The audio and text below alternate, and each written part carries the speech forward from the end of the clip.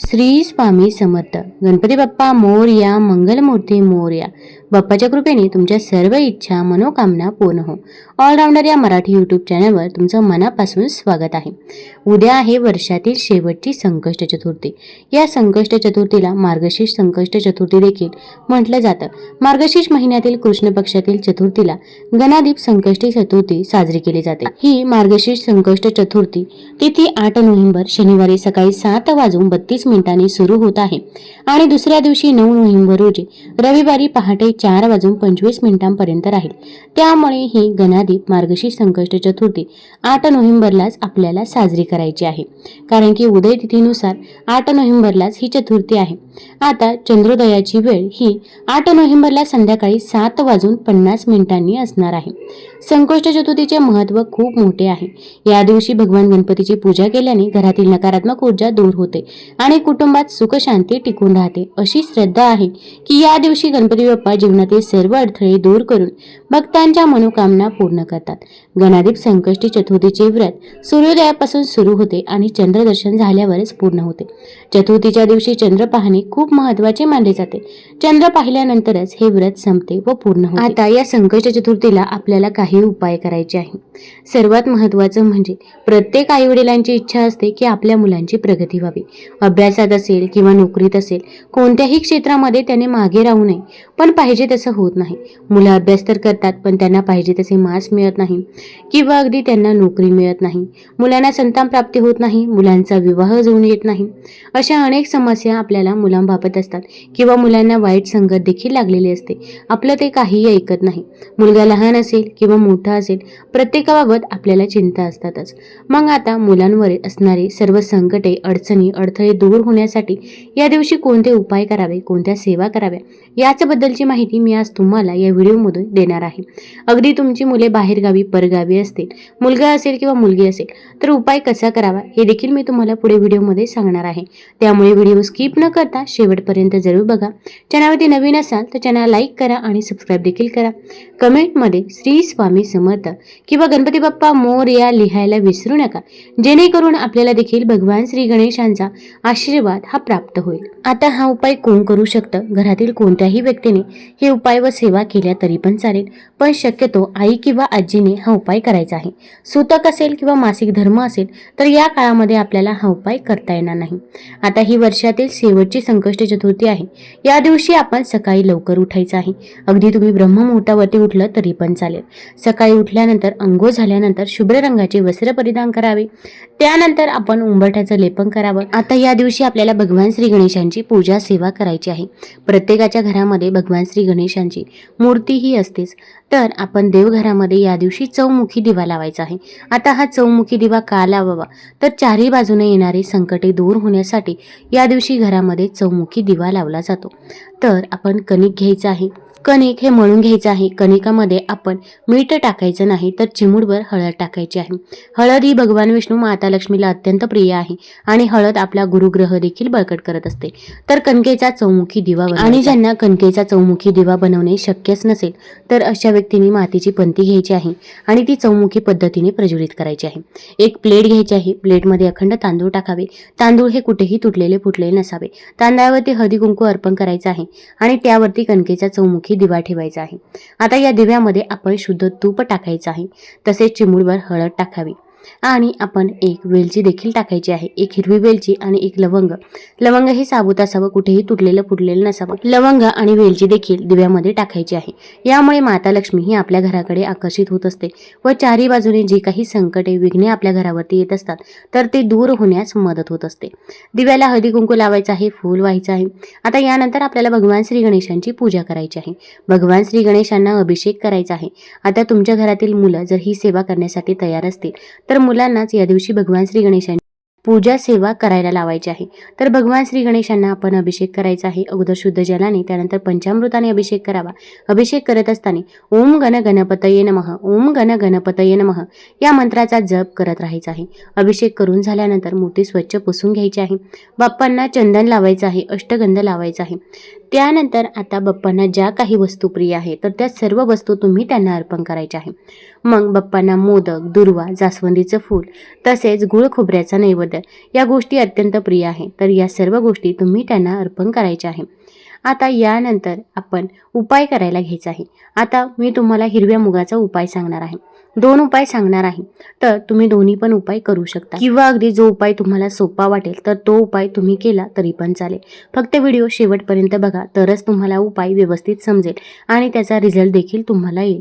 तर आता आपण जो काही उपाय करणार आहोत त्याबद्दल आपण कोणालाही सांगायचं नाही. अगदी शेजारची व्यक्ती असो किंवा नातेवाईक असो. भरपूर वेळा आपण कोणाला तरी सांगतो, मग आपण जो काही उपाय केला तर तो सफल ठरत नाही. कारण की प्रत्येक व्यक्तीला आपल्या मुलांबद्दल आपल्याबद्दल चांगलेच वाटते असे नाही.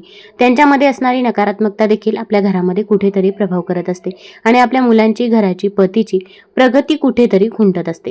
तर आता 108 हिरवे मूग घ्यायचे आहे. हे एखाद्या आपण छोट्याशा वाटीमध्ये काढून घ्यायचे आहे. त्यानंतर आपण हिरव्या रंगाचं कापड घ्यायचं आहे. आता हे हिरव्या रंगाचं कापड अगदी हाता एवढं हिरव्या रंगाचं कापड घेतलं तरी पण चालेल. छोटंसं कापड घ्या. तर ते आपल्याला भगवान श्री गणेशांसमोर ठेवायचं आहे. हिरवा रंग हा बुधग्रहाला दर्शवत असतो. तसेच हिरवा रंग हा भगवान श्री गणेशांना अत्यंत प्रिय आहे. त्यामुळे आपण हिरव्या रंगाचंच कापड घ्यायचं आहे. आता हिरवे मूग आपण हातामध्ये घ्यायचे आहे. 1 मूग आपण हातामध्ये घ्यायचा आहे आणि ओम गण गणपतये नमः या मंत्राचा जप करायचा आहे. त्या हिरव्या मुगाचा दाणा त्या हिरव्या रंगाच्या कपड्यावरती ठेवायचा आहे. परत 1 मुगाचा दाणा हातामध्ये घ्यायचा आहे. ओम गण गणपतये नमः या मंत्राचा जप करायचा आहे आणि अशा प्रकारे 108 हिरवे मूग आपण त्या हिरव्या रंगाच्या कपड्यामध्ये ठेवायचे आहे. आता यानंतर याची पोटली बांधायची आहे. तसेच धूप दीप दाखवायचा आहे आणि धूप दीप देखील दाखवायचा आहे. त्यानंतर ही पोटली आपण आपल्या उजव्या हातामध्ये पकडायची आहे. त्यानंतर आपली जी काही इच्छा आहे, मनोकामना आहे तर ती भगवान श्री गणेशांना सांगायची आहे. कठीणातील कठीण कोणतीही इच्छा असो. मुलांच्या अभ्यासामध्ये प्रगती होत नाही, तसेच त्यांना अगदी नोकरीमध्ये यश मिळत नाही, संतान प्राप्ती होत नाही, त्यांचं आजारपण सतत चालू आहे किंवा घरामध्ये ते अगदी उद्धटपणे बोलतात, रागवतात, चिडतात, जे काही आहे तर ते मनापासून आणि श्रद्धेने आपण भगवान श्री गणेशांना सांगायचं आहे. आता आपली इच्छा, मनोकामना बोलून झाल्यानंतर ही पोटली आपण भगवान श्री गणेशांच्या चरणाजवळ ठेवायची आहे. आता अगदी तुम्हाला 2 मुले असतील तर अशा प्रकारच्या 2 पोटली आपल्याला बनवायच्या आहे. आता तुमची मुले बाहेरगावी, परगावी असतील तरी पण तुम्ही अशाच प्रकारची पोटली बनवून भगवान श्री गणेशांजवळ ठेवायची आहे. आता यानंतर संध्याकाळी, संकष्ट चतुर्थीच्या दिवशी संध्याकाळी आपण ही पोटली तिथून उचलायची आहे आणि ही पोटली आपण मुलांच्या उशीखाली ठेवायची आहे. मुलं जिथे पण झोपतात तिथे उशीखाली ही पोटली ठेवू शकता किंवा अगदी जर तुमची मुले बाहेरगावी, परगावी शिक्षणासाठी, नोकरीसाठी असतील तर घरामध्ये आल्यानंतर त्यांचा बाबा जास्त ज्या ठिकाणी असतो तर त्या ठिकाणी ही पोटली ठेवायची आहे. अगदी टेबलवरती ठेवली तरी पण चालेल. आपल्या मुलांचं नाव घेऊन ती पोटली तिथे ठेवावी. आता यानंतर ही पोटली आपण तिथे तशीच राहून द्यायची आहे. रात्रभर तशीच ठेवायची आहे. दुसऱ्या दिवशी सकाळी उठल्यानंतर ही हिरव्या रंगाची पोटली आपण उचलायची आहे आणि जवळपास असणाऱ्या भगवान श्री गणेशांच्या मंदिरामध्ये जायचं आहे. आता जवळपास जर भगवान श्री गणेशांचं मंदिर नसेल, माता लक्ष्मीचं मंदिर असेल किंवा भगवान शिवशंकरांचं मंदिर असेल, कोणतंही मंदिर असो, पण तिथे भगवान श्री गणेशांचा फोटो किंवा मूर्ती ही आपल्याला बघायलाच मिळते. तर तिथे गेल्यानंतर ही हिरव्या रंगाची पोटली आपण हातामध्ये घ्यायची आहे. तसेच भगवान श्री गणेशांना ज्या काही वस्तू प्रिय आहे तर त्या सर्व वस्तू देखील तुम्ही घेऊन जाऊ शकता.